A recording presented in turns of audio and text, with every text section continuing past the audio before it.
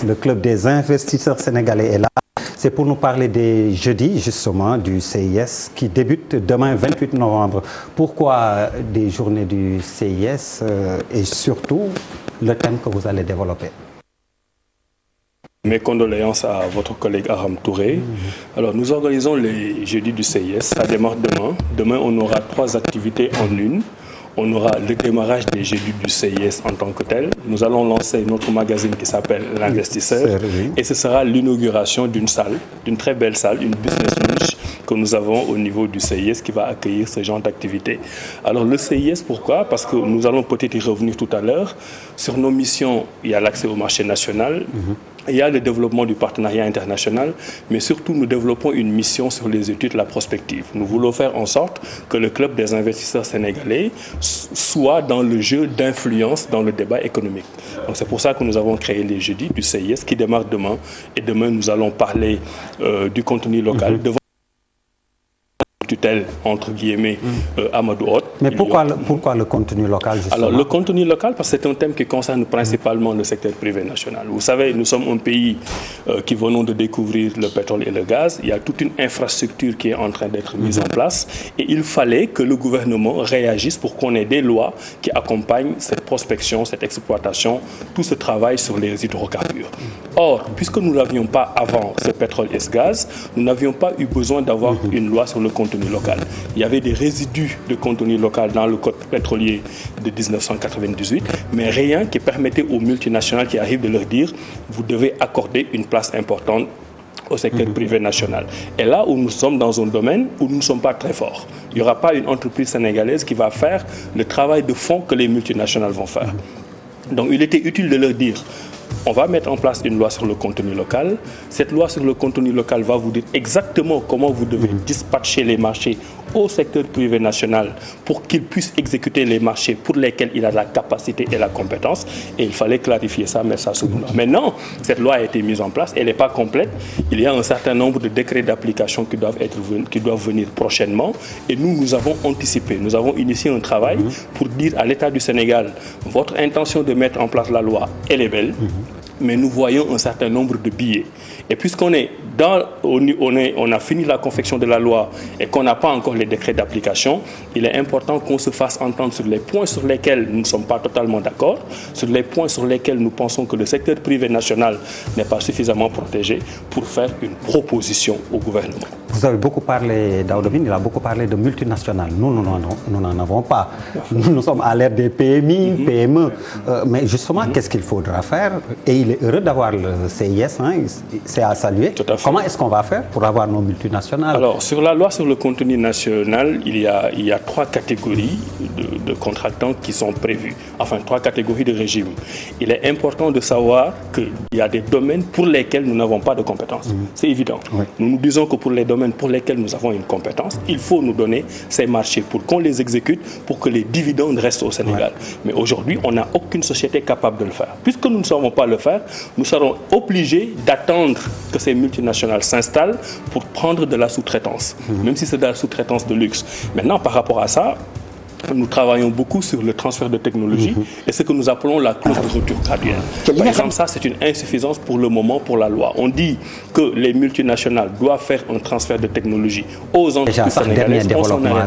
Ce que nous appelons la clause du retour graduel et qu'on doit inclure, c'est que le transfert de technologie doit être fait de façon systématique, de façon très pédagogique, de façon très didactique, pour que la situation d'incapacité dans laquelle nous nous trouvons ne soit pas une situation pérenne.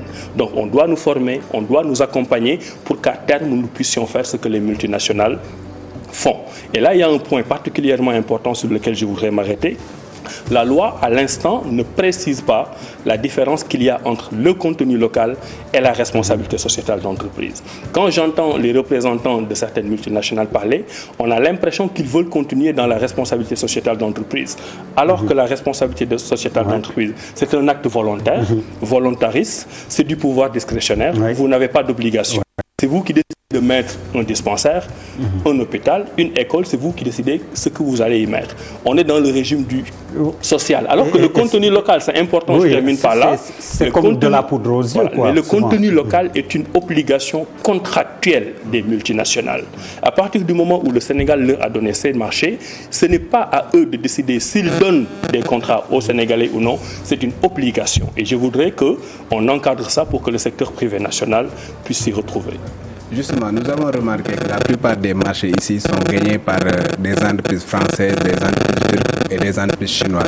Est-ce à dire qu'au niveau du club des investissements, vous n'avez pas les capacités de gagner ces marchés-là? Il y a des marchés sur lesquels nous n'avons pas de capacité. Nous ne savons pas faire du pétrole, nous allons travailler sur les dérivés du pétrole. C'est évident. Mais à part ça, votre constat est excellent. Il y a énormément de marchés pour lesquels nous avons de la capacité, nous avons des références, nous avons des compétences et que nous ne gagnons pas. Il se pose un certain nombre de problèmes et nous entrons en négociation avec l'État du Sénégal pour régler ces problèmes. On vous a dit, on en parle et certainement on va en parler demain, il y a déjà le problème de la définition de l'entreprise sénégalaise. Ce n'est pas une question de juriste tout simplement. Quand le gouvernement du Sénégal, au niveau du Code des marchés publics ou ailleurs, donne un certain nombre de privilèges à l'entreprise nationale et que cette entreprise nationale est définie comme une entreprise de droit sénégalais créée au Sénégal par un notaire sénégalais, ça veut dire que tous les avantages qu'on va donner à cette entreprise nationale peuvent être rétrocédés ou en tout cas donnés à une entreprise chinoise ou autre qui viendrait s'installer au Sénégal. Donc là, on est dans le régime de la territorialité, alors que pour que les entreprises sénégalaises du moins exclusivement reçoivent ces privilèges, il faut qu'il y ait des critères par rapport au capital. Par exemple, on doit dire et entreprise sénégalaise, une entreprise dont 60%, 70%, 75% du capital est détenu par les Sénégalais. Ou bien on dit additionnellement que l'entreprise de droit sénégalais, l'entreprise sénégalaise doit être dirigée au niveau des cadres de direction par 80%, 90% des Sénégalais. Donc ce sont des critères additionnels qu'on doit ajouter. Si on ne le fait pas, ça veut dire que l'État du Sénégal, qui est un État modeste, pays pauvre très endetté, pays PMA, va subventionner des entreprises de droit sénégalais, mais qui en réalité appartiennent à des pays du Nord, à des pays occidentaux. Maintenant, le deuxième aspect de la réponse, c'est que nous avons énormément de gens très compétents qui ont réussi dans leur domaine au niveau du club des investisseurs. Chacun individuellement a réussi. Peut-être même que chacun individuellement a atteint un plafond de verre. Jusqu'à présent, les marchés ne nous sont pas revenus parce que nous n'avons pas su nous mettre ensemble pour arriver à prendre un certain nombre de marchés. C'est ça qui est à la base de la naissance du club des investisseurs. Des Sénégalais l'ont compris, qu'ils n'ont jamais été ensemble, que maintenant, en se mettant ensemble, en cotisant, en faisant une sorte de tour de table, on parvient à lever des fonds qui nous permettent d'être aussi compétitifs et aussi bien référencés que les entreprises sénégalaises. C'est ça que nous sommes en train de faire et nous sommes sur des dossiers sur lesquels nous avons beaucoup d'espoir. C'est ce qu'on a souvent reproché à nos milliardaires, c'est d'être plus dans la sécurisation de leur argent, la thésaurisation, en achetant des terrains, en construisant des immeubles et en louant, plus qu'en investissant. Donc on va vers vraiment là, la création peut-être de multinationales. Exactement. Il y a une prise de conscience qui a été faite.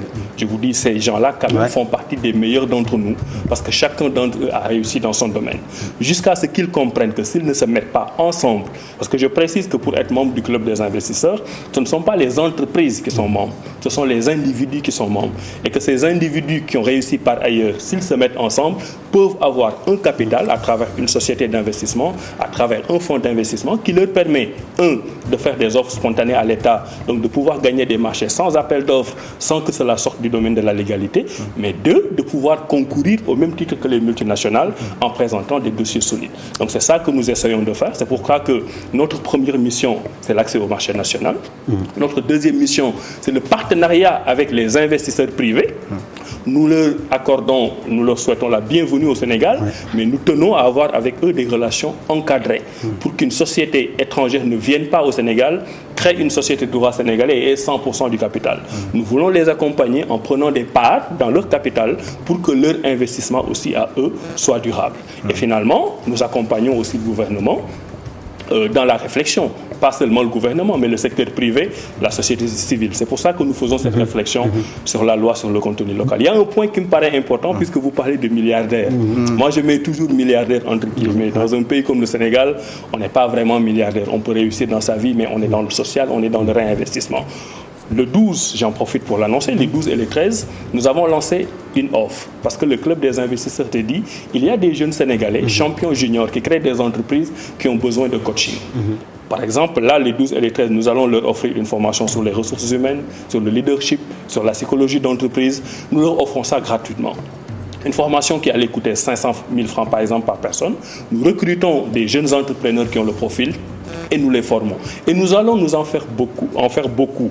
Parce que les champions seniors qui sont chez nous savent que la pérennité de leur business et la pérennité du développement du Sénégal repose aussi sur cette solidarité intergénérationnelle qui fait qu'on tend la main aux plus jeunes pour que demain ils puissent prendre la relève. Alors, docteur, dites-nous comment faire pour rendre aussi le Sénégal attractif au plan économique pour les investisseurs? Déjà, il faut un excellent club des investisseurs. Des gens qui ont réussi.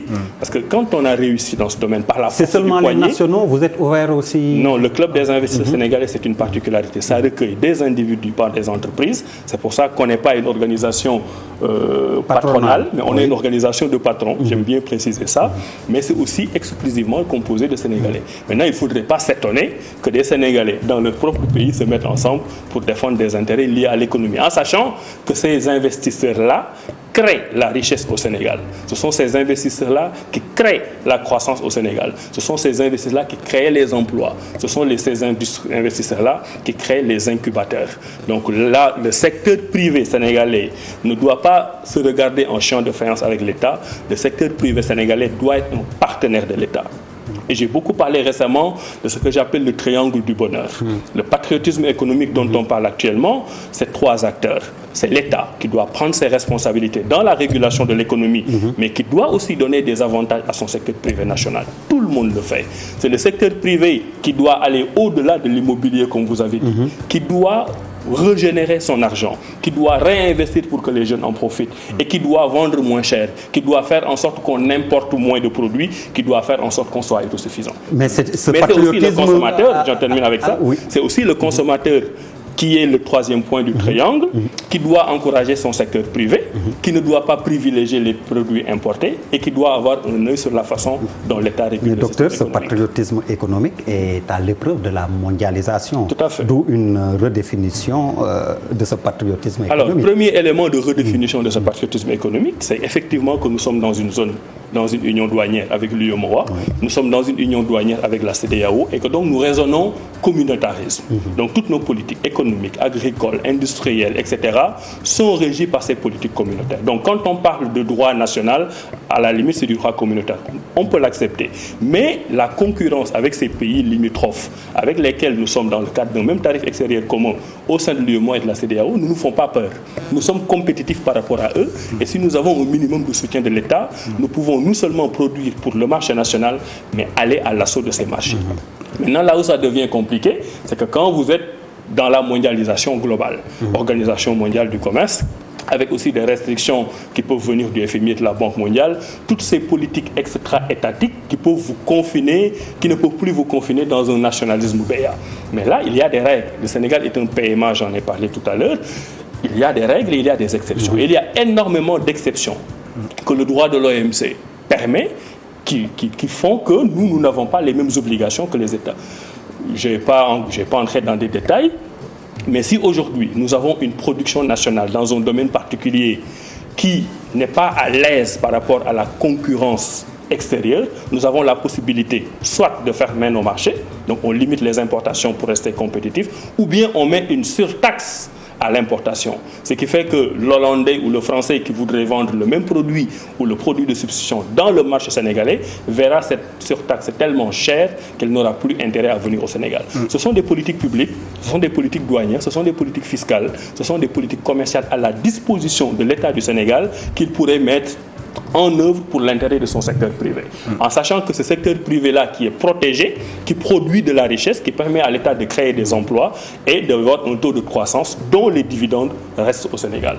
Mais docteur, est-ce que vous avez les moyens de vos ambitions? Parce que nous avons vu quand même que la plupart des entreprises qui gagnent des marchés, ils partent à l'extérieur, ils lèvent un certain nombre de financements pour venir parce que la plupart des travaux, c'est sur autofinancement. Il faut autofinancer d'abord avant que l'État ne puisse décaisser de l'argent. Est-ce que vous avez les moyens de vos ambitions? Alors, nous sommes très ambitieux, mais nous sommes très lucides. Nous avons bien fait la cartographie des marchés pour lesquels nous avons quelque chose à offrir. Si nous ne pouvons rien offrir, bienvenue aux multinationales. Mais il y a juste le paradigme qu'il faut renverser. D'habitude, l'État, quand nous n'avons pas les compétences, va chercher le partenaire étranger qui vient chercher son partenaire local. C'est l'inverse. On doit, même dans des domaines où nous ne sommes pas forts, nous dire que c'est votre marché. C'est à vous d'être l'exploiter et de nous permettre à nous d'aller chercher le partenaire étranger. Nous ne devons pas être minoritaires dans notre premier pays. Ça, c'est un premier élément de réponse. Sur le financement, il y a une fausse vérité. Il y a beaucoup de multinationales, beaucoup de sociétés qui arrivent au Sénégal et qui finalement gagnent des marchés qu'ils vont exploiter, qu'ils vont mettre en œuvre sur la base de nos épargnes dans les banques sénégalaises. J'ai plusieurs exemples. Ils viennent vous dire, je viens avec le financement, mais une fois qu'ils ont gagné le marché, parce que quand l'État vous déroule le tapis rouge, vous avez par exemple les terrains, vous avez des exonérations fiscales, vous avez un certain nombre de conditions favorables, mais dans n'importe quelle banque vous allez obtenir le financement. Et beaucoup oublient leur promesse de venir avec leur propre argent et ils vont aller dans nos banques. Mais qu'est-ce qu'il y a dans nos banques? C'est votre argent, c'est mon argent, c'est votre argent. Et c'est finalement avec l'épargne intérieure des Sénégalais que les étrangers gagnent des marchés qu'ils exécutent au Sénégal. Moi, je ne suis pas un grand investisseur, mais vous me donnez un certain nombre de conditions. Je finance les marchés que je veux. Troisièmement, les marchés qu'on donne aux étrangers et qu'ils viennent financer eux-mêmes avec les Exim Bank, c'est une conditionnalité à négocier. Parce qu'à chaque fois qu'on est dans des conditions pareilles, on n'est pas dans des appels d'offres pour la plupart du temps, on est dans des offres spontanées. À plus de 50 milliards, on peut négocier. Donc si un cabinet ou une entreprise chinoise vient vous dire « je viens vous faire le pont, je viens vous faire l'autoroute, j'ai 100 milliards », c'est une conditionnalité que vous avez la possibilité d'accepter ou de ne pas accepter. À mon avis, le gouvernement qui travaille avec le secteur privé, et je crois qu'ils l'ont compris, doit favoriser une épargne intérieure nationale, amassée, agrégée, pour permettre à son secteur privé national d'exercer, de gagner des marchés et de les exécuter. Maintenant, il y a une autre critique qui vient. Oui, quand on leur donne un marché, ils ne respectent pas les délais, ils ne font pas bien le travail. Je crois que ce n'est pas une vérité absolue. Il y a des journalistes qui font très bien leur travail, d'autres qui ne le font pas. Des juristes qui font très bien leur travail, d'autres qui ne le font pas. Je m'excuse auprès de nos amis tailleurs, mais je dis toujours qu'il y a des tailleurs qui respectent les délais et d'autres qui ne les respectent pas. Donc ce n'est pas une critique à faire à l'endroit du secteur privé national. Les membres du club des investisseurs, par exemple, ils ont fait le preuve pour reconnaître qu'il y a quelques expériences malheureuses aussi. Mais totalement. Voilà, ça, il y a des expériences malheureuses avec les nationaux, il y a des expériences malheureuses avec des internationaux, il y a des expériences malheureuses avec des blancs, avec des noirs, avec des chinois. Bien sûr. Je n'aime pas la généralisation. Mais est-ce que vous du club des investisseurs, vous garantissez la qualité quand même de vos ouvrages si vous gagnez quand même un certain nombre de marchés? Si vous réussissez à je suis en train de vous dire que ceux qui sont chez nous au niveau du club des investisseurs, ce sont ceux qui ont déjà fait leurs preuves. Au niveau national et au niveau international. Donc ils n'ont pas de problème de référence, ils n'ont pas de problème de crédibilité, ils n'ont pas de problème de pénétration de marché, sauf sur les domaines où on n'a pas de compétences. Encore une fois, le pétrole et le gaz, c'est des domaines sur lesquels on n'a pas de compétences. Et je pense même que nos entreprises sénégalaises, à travers le club des investisseurs, devraient arriver à un stade où on prend des parts dans le capital de ces entreprises. C'est ça, c'est ce qu'on appelle la clause du retour graduel. Si aujourd'hui on a 5%, 10% d'une société pétrolière ou gazière, on peut être sûr que nos enfants arriveront à un moment où 55% de cette société sera sénégalaise ou africaine. Vous avez pensé à impliquer la diaspora? Totalement. La diaspora fait partie de notre cible. En fait, on trouve des Sénégalais. Nous les appelons à venir faire partie du club des investisseurs. Les sportifs, les gens de la diaspora qui sont dans la finance, tous ceux qui ont une âme d'entrepreneur. Parce que l'un des gros avantages aussi du club des investisseurs sénégalais, c'est de vous permettre à terme de placer votre argent de façon intelligente. Vous parliez tout à l'heure d'immobilier. Quelqu'un qui n'a pas beaucoup d'idées d'investissement, qui n'a pas le temps d'aller dans un fonds d'investissement, qui n'a pas le coaching entrepreneurial qu'il lui faut, en faisant partie du club d'investisseurs, en n'étant pas expert dans ce domaine, pourrait placer des actions dans des entreprises par rapport auxquelles il ne connaît rien du tout de l'activité. Et ça lui permet de sécuriser son argent. On est en train de créer une société d'investissement. Le fonds d'investissement va venir. Cela nous permettra pour tous les types de projets de nous positionner. Ça peut aller de 1% à 100%, avec le gros avantage que l'argent qu'on met est de l'argent du Sénégal. Les dividendes seront sénégalais. Et c'est ça que le club des investisseurs. 2 minutes avant de nous quitter. Vous avez parlé de fonds d'investissement. Ça va se chiffrer à combien pour vous permettre quand même de pouvoir alors, commencer je vais pas entrer dans le jeu travaux. des chiffres. On a commissionné... Non, parce que vous aviez quand même donné le chiffre de 20 milliards. On a fait les choses sérieusement. On a commissionné un cabinet qui a fait un travail. Ce travail doit être restitué aux membres du club et au conseil d'administration.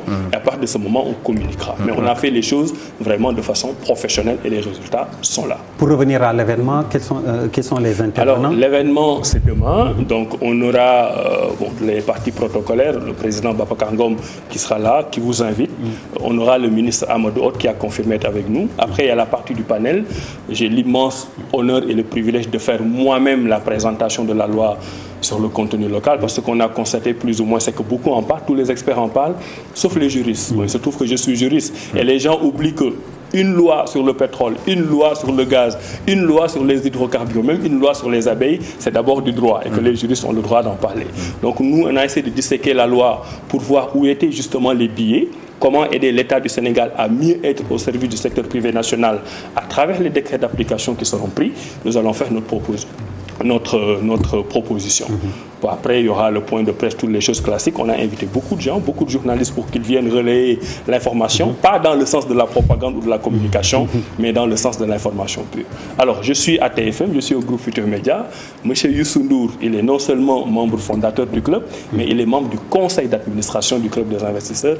Je pense que ça vaut la peine que les gens le sachent et nous lui rendons hommage pour ça. Alors, merci, Dr Abdourahmane Diouf. Avant de nous quitter, souhaiter, comme je dis, bon vent au club des investisseurs et surtout souhaiter que l'on quitte, nous le Sénégal, l'ère de ce que je vais appeler les caporaux et sergents d'industrie pour passer véritablement à des capitaines. C'est possible et je sens que les gens qui sont dans le club peuvent le faire. Allez, merci aux militaires. J'ai emprunté le jargon militaire, donc...